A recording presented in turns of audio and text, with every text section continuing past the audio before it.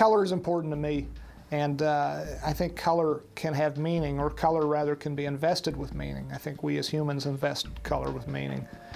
And nonetheless, we can invest it with meaning, and therefore color can be important and can be a storytelling tool that we can use, that we can avail ourselves of, and we do that on Breaking Bad. And I have a wonderful production designer on Breaking Bad and a wonderful costume designer, and with their help, we try to invest each character with a color. I read the script, and I did a little presentation, a little color palette, and kind of a lookbook of concepts for the main characters, and I really drew it from his script, from his writing, from his words. When we zero in on the look of a character, then we started to build all their costumes, and it's not difficult. It's just a process.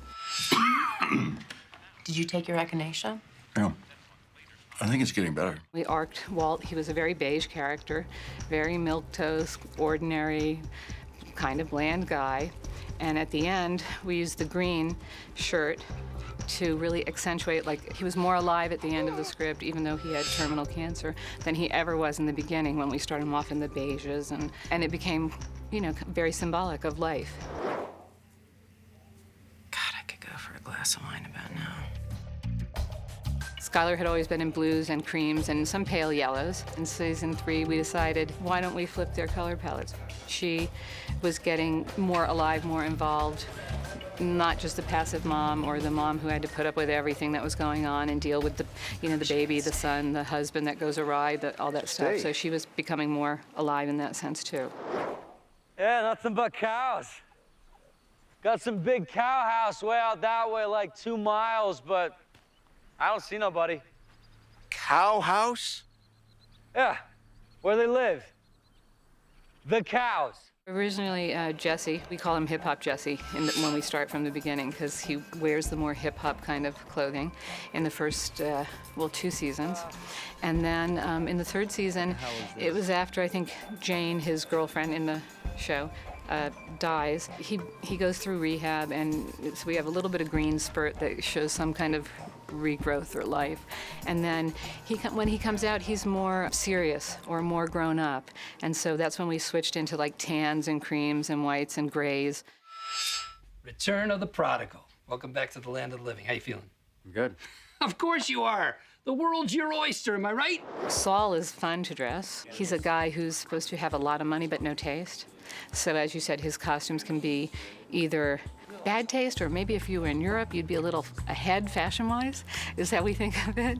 It's almost, sometimes I'll put a look together and I'll think, God, that looks very European trendy. And it's not really what we would ever wear in America. Better call Saul. I get it all the time. I have an offer that I think will be of interest to you.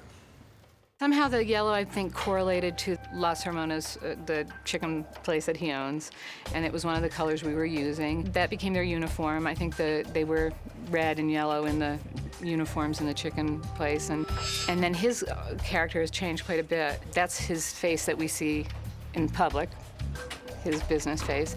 But then this past year, we've had a big arc in his character, so it's changed quite a bit. What does a man do, Walter? A man provides for his family.